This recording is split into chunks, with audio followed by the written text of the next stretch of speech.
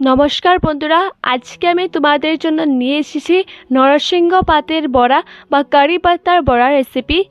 তো এই বড়াটা তোমরা কীভাবে তৈরি করতে পারবে সেটাই তোমাদের সাথে শেয়ার করব। এটা কিন্তু খুবই একটা ভালো একটা রেসিপি আর খেতেও খুবই সুস্বাদু রেসিপি। বেগুনিকেও কিন্তু এটা পিচ ফালিয়ে দিবে, এত একটা টেস্টি রেসিপি। তো চলো, এখানে দেখো আমি নরসিংহর পাতাগুলি নিয়ে নিয়েছি, ভালো মতো ধুয়ে নিয়েছি। তো সবার প্রথমে এখানে লাগছে চাউলের গুঁড়োটা আমি মিক্সিতে গুঁড়ো করে ভালো মতো চেলে নিয়েছি। দেখো চাউলের গুঁড়ো নিয়ে নিয়েছি, দেখতেই পারছো তোমরা। তারপর আমি এখানে দিয়ে দেব কর্নফ্লাওয়ার, 3 থেকে 4 চামচ তোমরা কর্নফ্লাওয়ার এটাতে অ্যাড করে দিও, যাতে ক্রিস্পি হবে তাই। তারপর দেখো এখানে আমি নিয়েছি কালো জিরেটা একটু হাতে একটু ঘষে নেব, ঘষে দিয়ে দিব।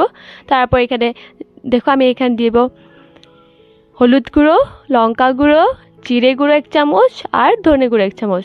তারপর এখানে দিচ্ছি আমি পেঁয়াজ, রসুন আর লঙ্কা বাটা। এই পেস্টটায় খুবই ভালো একটা টেস্ট আসে।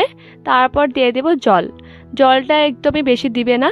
ব্যাটারটা কিন্তু একটু ঘন ঘন রাখতে হবে, পাতলা করলে কিন্তু হবে না। তোমরা দেখতে থাকো, ব্যাটারটাই কিন্তু মেন।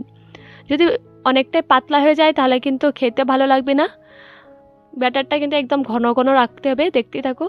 যত টাইম এই ব্যাটারটা মিক্স করবে ততই খেতে টেস্টি হবে। তারপর দিয়ে দিয়েছি আমি পরিমাণ মতো নুনটা তোমরা পরিমাণ মতো দিয়ে দিবে। তারপর আবার এটা মিক্স করে নেব।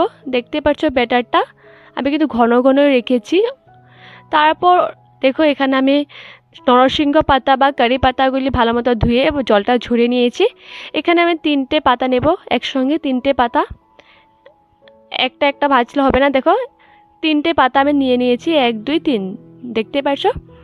3টে তোমরা এভাবে নেবে। তারপর যে ব্যাটারটা বানিয়ে রেখেছি সেটাতে এরকমভাবে ডিপ করে দিবে, ব্যাটারটাতে ডুবিয়ে দেবে ভালো মতো, দেখতে পাচ্ছ।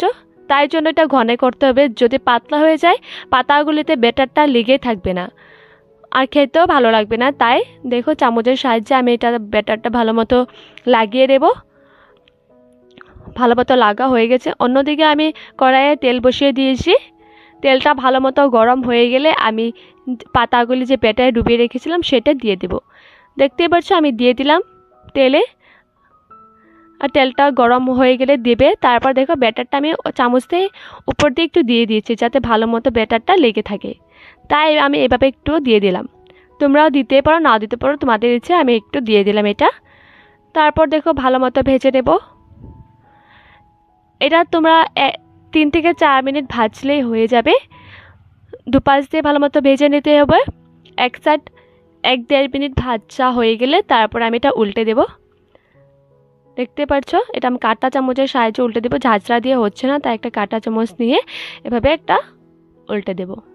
দেখতে পাচ্ছ কি সুন্দর হয়েছে কালারটা,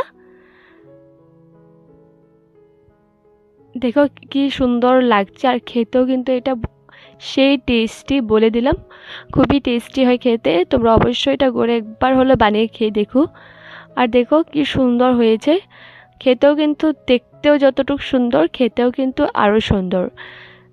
তো এটা দেখো আমি তেলটা একটু ঝরিয়ে নেব, যাতে এক্সট্রা তেলগুলি লেগে না থাকে। এরকমভাবে আমি সব কয়টা বড়া ভেজে নেব। 3টে পাতা জয়েন করে ব্যাটার তাতে ডুবিয়ে নেবে, তারপর গরম তেলে ছেড়ে দেবে। দেখতে পারলে এভাবে আমি দুপাশ দিয়ে ভালো মতো ভেজে নেব। এটা তোমাদের ঘরে অতিথি আসলে বা যে কেউ আসুক না কেন, যদি এই রেসিপিটা একবার বানিয়ে খাওয়া তাহলে নিশ্চয়ই এটা জিজ্ঞাসা করবে যে কী করে বানালে, কেমন করে বানালে। অবশ্যই এটা বানিয়ে খেয়ে দেখো ঘরে। আর এই রেসিপিটা তোমাদের কেমন লেগেছে সেটাও আমাকে কমেন্ট করে জানিও। আর আমার চ্যানেলটাকে প্লিজ লাইক কমেন্ট শেয়ার করতে ভুলবে না। আর আমার চ্যানেলটা অবশ্যই সাবস্ক্রাইব করে রেখো। আর দেখা হচ্ছে পরের ভিডিওতে। ধন্যবাদ।